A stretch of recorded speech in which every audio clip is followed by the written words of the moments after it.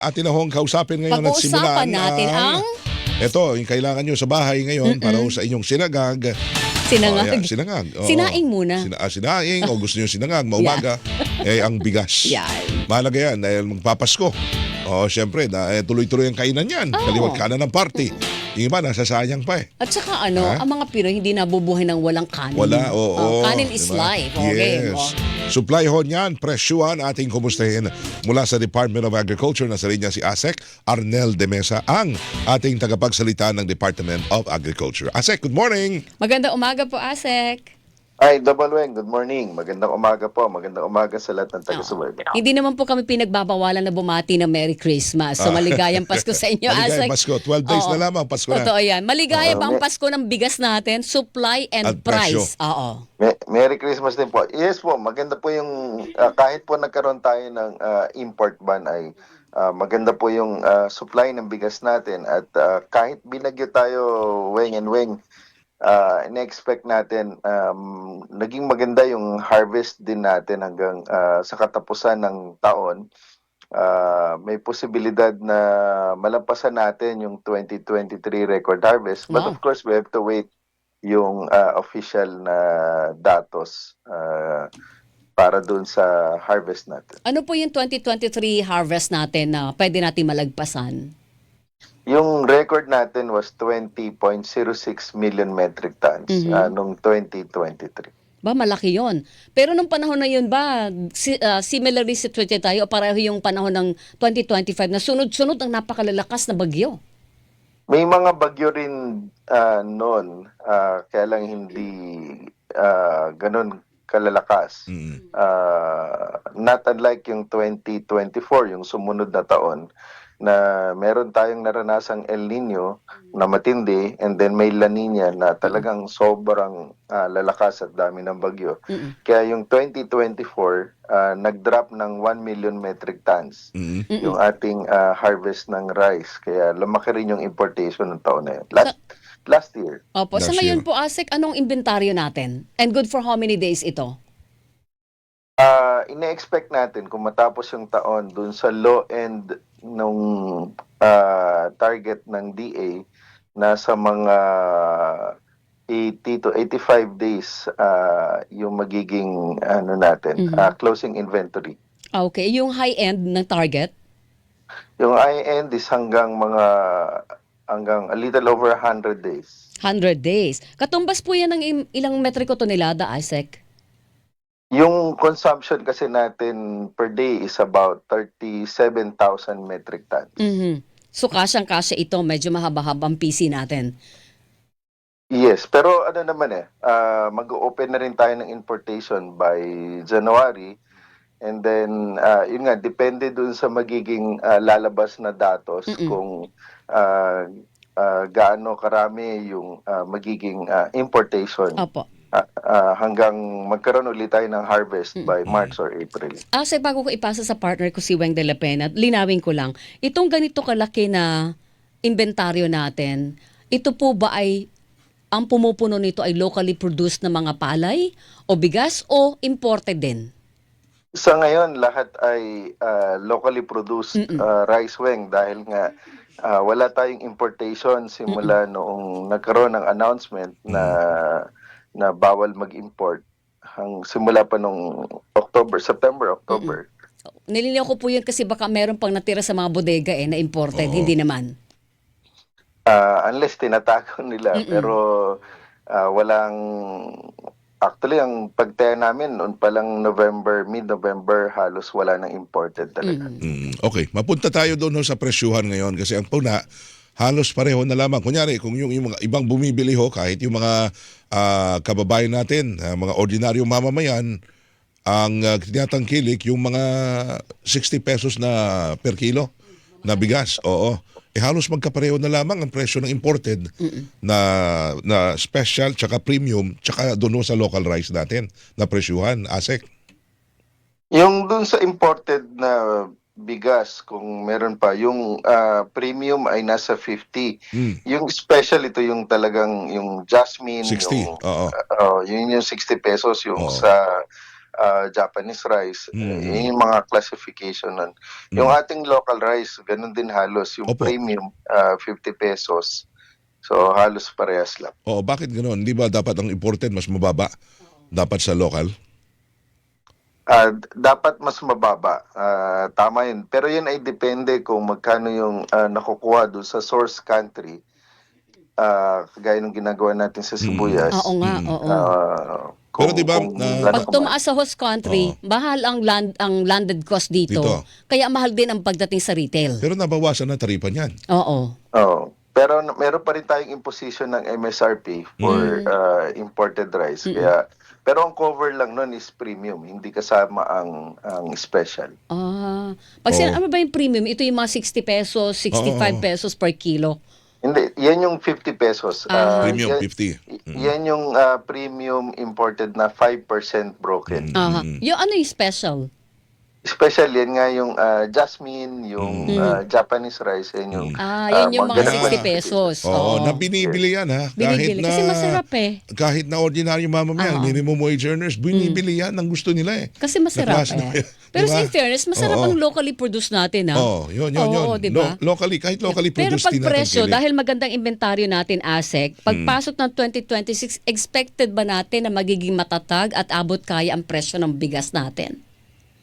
Yes, mas kasi nga dahil maganda yung naging in-expect natin na harvest at malapit na rin naman yung susunod na harvest season natin ng March, April, plus meron din papasok na import na. So mas lalong tatatag yung presyo ng ating bigas at the same time yung supply natin. Wow. Pero yung farm gate price naman, baka tayo din sa retail ay medyo, sabi nga, abot kaya. Pero yung pinagmumula niyan, bagsak presyo sa farm gate, lugi naman ang magsasaka.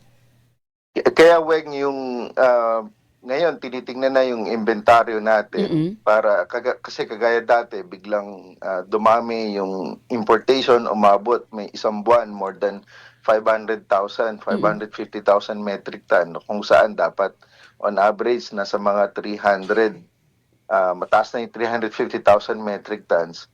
So ano yan, titingnan yung pagpasok talaga kada buwan para masigurado na hindi magkakos ng sobrang dami na biglang babagsak yung presyo ng farm gate. Especially kung parating na yung harvest season natin ng March, April. Lalo na pag binuksan na ulit ang importation. Yes, definitely. Magkano ba? Magkano na Ano ngayon yan? ang prevailing farm gate price? Ang binibili ho ninyo? Sa ngayon, dahil tapos na yung harvest natin, nasa mga 17-18 na yung mga farm gate ng palay. 17 Oo. pesos. Pataas na po Yes. yun, ASEC?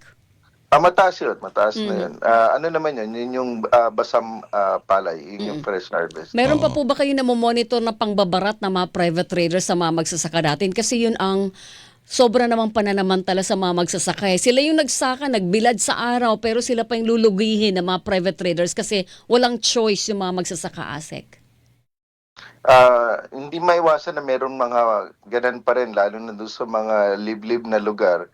Kaya isa sa mga gustong imungkahi rin ni Secretary Kiko ay yung mga pondo na ilalaan sa fertilizer ay ilagay na lang pandagdag sa pambili ng palay ng National Food Authority kasi mas priority ng ating mga magsasaka na mas maganda yung presyo. Kung mabibili ng NFA, assuming kahit hanggang 20% ng total harvest natin, malaking bagay yon sa sabihin natin pag lalatag talaga ng magandang presyo ng farm gate price ng palay. Sa ngayon kasi ang kaya lang i-accommodate ng NFA nasa 5% ng total production natin. Okay. Asek, balikan ko lang, yung farm gate price, 17 pesos per kilo. Palay pa lang yan, no? Pag yan ho ay nagiling na, naging bigas, magkano dapat ang retail price niyan ng kada kilo ng bigas sa merkado? Kunyari, sa mga, yung well-milled rice natin.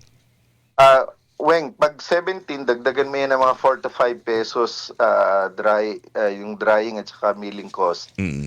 Plus another siguro mga 1 to 2 pesos marketing. Sabihin natin hanggang 23, ang rule of thumb, kung ano yung presyo ng dry and clean times 2, yun dapat ang retail price. So kung 23 ang lahat-lahat na. 23, Oo. dapat ang retail niya nasa 46 pesos. 46. So magandang klase ng bigas na yun. Sumusunod naman ho yan. Mga ganun ang presyo ngayon ng well-milled rice. 46, Yung- 45. Yung well-milled natin ngayon nasa 45, Oo. yung premium nasa 50 ng local. Okay. Tugma naman ho yan. Kahit paano wala hong sasabihin dyan mga nag-overprice. Yeah, tama-tama lang, Weng. Yun yung mga namomonitor din natin na presyo ng both yung premium at saka yung well-milled. Pero depende kung saan kayo bibili. Sa mga supermarket ba, yung kilo ng bigas, magkaiba Oo. rin. Ang Kesa monitoring doon ba sa natin mismo na ganyan sa ang presyo, palengke. ASEC, ay supermarket-based o palengke-based? Palengke-based ito, Palengke, oo. Double Weng. Iba yung presyuhan sa supermarket. Oo. So, Dahil iba yung gastusin doon, naka-aircon ka. Siyempre, convenience Presko. sa price. Oo. Sabi nga nila. Oo, So, totoo yan. medyo iba yung presyuhan pagdating sa mga aircon na lugar. Opo. Ano yung mga produkto natin na under sa MSRP ngayon, Asik? Ang nasa MSRP natin pa rin, una, itong bigas. At pangalawa, yung sibuyas natin. For red onion, nasa 150. Yung yellow ay 120. And then yung sa karning baboy, 330 yung kasim at pigi, 370 yung liempo, at panghuli yung carrots na imported, 120 pesos per kilo. Ayan lang. Kumusta ang monitoring po? Nasusunod naman o may mga tumitiwalag din May sa mga- pananampalataya ng Sa- MSRP? May mga hindi susunod dahil sasabihin nila, hindi namin kaya eh. Malulugi kami. Ibibenta namin Oo. talaga ng ganito. Hindi namin kaya babaan kasi malulugi ho Paano kami. po yun? Yung sa sibuyas, 140 yung namomonitor namin na presyo ng imported na sibuyas. So, ibig sabihin, sumusunod sila doon sa 150. Yung sa carrots, merong 110, may 120. Kung may paglampas hanggang 130. Ang madalas na nagkakaroon ng paglabag yung sa karne Opo. ng baboy, pero hindi naman ganun kalayuan. Yung kasim pigi, 330, meron tayo na monitor hanggang 350. And then yung sa liempo, kasi mas mabili yung liempo, Opo. lalo na pag ganitong handaan, hanggang 390, pag bisa may 400, which still hindi naman din ganun kalayuan doon sa 370. Oo, Asik, pero, partner, ito Oo. lang ha, kasi Pasko ho ngayon, at least indikasyon din to na maraming nakukuhang dagdag na kita ang Oo. May empleyado. bonuses, Oo, oo. yan, mga bonuses, 13-month. Pwede nyo bang masabi ngayon sa mga presyuhan na yan, sa inyong assessment, affordable na ang presyo natin ng bigas dito sa Pilipinas, karne at mga gulay na sabi nyo, kumbaga kayang-kaya ng bilhin to ng mga Pilipino? Kung ibe-benchmark natin sa ibang bansa, yung presyo ng bigas natin halos kapareho din nung presyuhan sa Vietnam, sa Thailand. Depende of course doon sa variety. But generally speaking, we're almost the same. Yung gulay natin, yung talagang malaro yung presyo, Oo. saka yung ibang prutas natin. Yung sa karning baboy, medyo mataas ng konti. Kasi mataas yung production cost natin Okay. compared dun sa imported. Bago namin kayo pakawalan, ASEC, meron bang magpapasko din sa kulungan o magbabagong yung taon mga- sa kulungan doon sa mga ghosts or substandard na farm-to-market road? Weng, nasa ICI DPWH. Kasi yung sa DA kasi monitoring namin sa audit, at least half nun ay binibigay naman agad yung mga reports na nakakalap ng audit team namin. So hopefully talagang may managot dito sa mga nakitang problema. Kaya by 2026 naghahanda na ang DA na dahil ipinasa na sa amin yung implementasyon nga ng FMR. So may mga inisyo na guidelines si Secretary kagaya nung ginagawa namin sa ibang foreign assisted projects. I-apply na yung halimbawa yung social and envi safeguards kasi nagkakaroon doon ng mga konsultasyon sa mga apektadong ang tawag namin project affected persons Kaya meron din pagtingin sa environmental concerns para masigurado na talagang maayos yung implementasyon. Plus yung mga citizens participatory audit na ginagawa rin namin sa ibang foreign assisted projects, i-apply na rin para masigurado talaga na maganda yung implementasyon plus yung geotagging natin. Opo, yun. Para sa monitoring na maayos. Yes. Okay. Yes. Asek, thank you po sa oras ng binigay niyo sa amin ngayong umaga. Thank Sa you, susunod Asek. po ulit, Asek. Thank you. Maraming salamat, Double Weng. Magandang Christmas. umaga. Merry Christmas po. Assistant Secretary Arnel de Mesa, ang tagapagsalita po ng Department of Agriculture, mga kapuso. Yan,